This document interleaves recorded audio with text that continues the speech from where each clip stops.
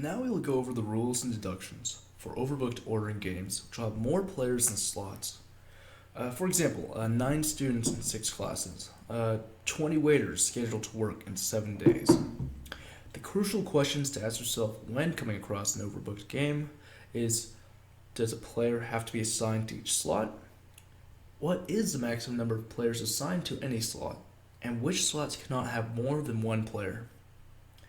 So, very simply, the key to these games is to look to form restrictions, options, and obviously the other tactics.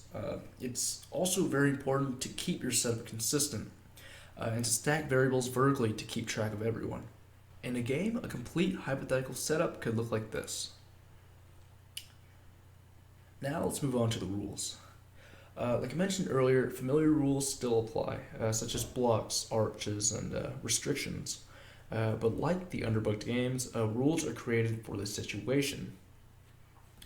So if the rules dictate that there is a minimum number of players assigned to a slot, you need to directly insert it into your setup by using a box. So for example, if there's a minimum of one player, you need to box that in so you can visually remind yourself that there needs to be a player there. So in the example I show, there can only be one player, or there needs to be at least one player in slots 2 and 4. You would simply box that in, and no more than 2 reports can be given in any 1 week. So you need to write down that the max number of players is 2, like I said, as a visual reminder. So that will actually be all of the rules that overbooked ordering games requires. However, there's going to be slight variations of the rules and how to diagram them because the situation mandates that. So moving on, I will be using the September 2006 Game 4 questions 18 to 22 and accrediting blueprint for this example. So looking at this question, the setup. A child eating alphabetical soup knows that the only letters left in her bowl are one of each of these 6 letters: T, U, W, X, Y, and Z. Playing a game with the remaining letters, eating them in the next 3 spoonfuls in accord with certain rules. Each of the 6 letters must be exactly one of the next 3 spoonfuls. And each spoonful must have at least 1 and at most 3 letters. So minimum of 1 and a maximum of 3. In addition, she obeys the following restrictions. So obviously this is an overbooked game. And when you're looking at an overbooked game, there are you need to expect 2 different types of rules. One is ordering restrictions about the specific letters, and 2 is rules about which letters can be in the same spoonful. Here I have the proper setup for this question. 6 letters T to Z with a minimum of 1 and a maximum of 3, and also only the 3 slots. We will start with the first rule. The U is in a later spoonful than the T. Basic ordering principles, T-U, which basically asserts that T has to be in the first or second spoon, whereas U can either be in the second or third spoonful. Just something to keep in mind. Next, the U is not in a later spoonful than the X.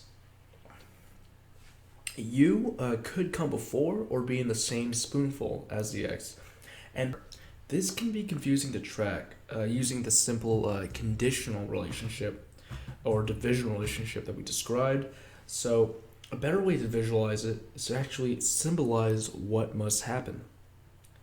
And this is by a U-X or a UX block, meaning they have to be in the same spoonful. This is why it's important to be consistent with your setup, so you know, okay, it dictates that variables stacking up means that they are in the same slot. The next rule, the Y is in a later spoonful than W. So W is before Y, a simple dash relationship. Also making the same deductions that W is either in spoonful 1 or 2 and Y is in spoonful 2 or 3. In the final rule, we see that The U is in the same spoonful as either the Y or the Z, but not both. Remember in a previous video we mentioned the but not both exclusive disjunction, which should catch your eye on how to visualize it. So, in this diagram it shows a block, a Y option Z, so Y dash Z above U. So this is the same block, meaning they have to be in the same spoonful. And you don't want to be too wordy in transcribing the rules, because the moment you start spending too much time, writing out the rules or making a note of it, the moment you're losing precious time you can use on the questions. So simply the Y/Z U block, and writing not both should be a key indicator of to visually remind you of this rule. With that said, here's a list of the rules together, and with the diagram on the right hand side, you can see the game pieces. Minimum there's 1, maximum there's 3, and all the rules listed: T-U, W-Y, the U-X or the block U and X, and also the block Y or Z with U, but not both. It's important to keep your setup as organized as possible, and then when answering the questions or when there's new conditions, you simply just create a new variable base.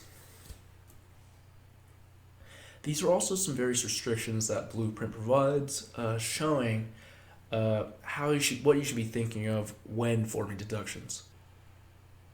So since U can't be in the first spoonful, since it has to be after T, and also U must be before the X, or they must be in the same spoonful, there's no way that X can be in the first spoonful. Because, like I said, if U can't be in the first spoonful, X can't be in this first spoonful. Viewing the same rule, that T is before U, since U can't be in the first spoonful, we know U has to be either the second or the third. So if U was in the second spoonful, we know T is in the first spoonful. Like I said, these deductions you always need to write down, just so you can easily apply them to the questions. And finally, another powerful deduction to form is that since X has to be in a later spoonful than U or the same spoonful, if U was in the third spoonful, then X also has to be in the third spoonful. And since U must always be with either Y or Z, but not both, it means that Y or Z is also in the third spoonful. And remember, there's a maximum of 3, so it would be U, X, and Y or Z. It's important to write these deductions out, because when you write out these deductions, you can make a more full-looking setup, and essentially attack the games more efficiently and more effectively. Well, thank you for watching this video, and I hoped I helped you out in understanding ordering games a little bit better. On my next video, I will describe tiers and how to build tiers, because, fun fact, ordering games will present more than 2 variable sets. Some games will feature up to 4 or 5. So I'll see you guys next time.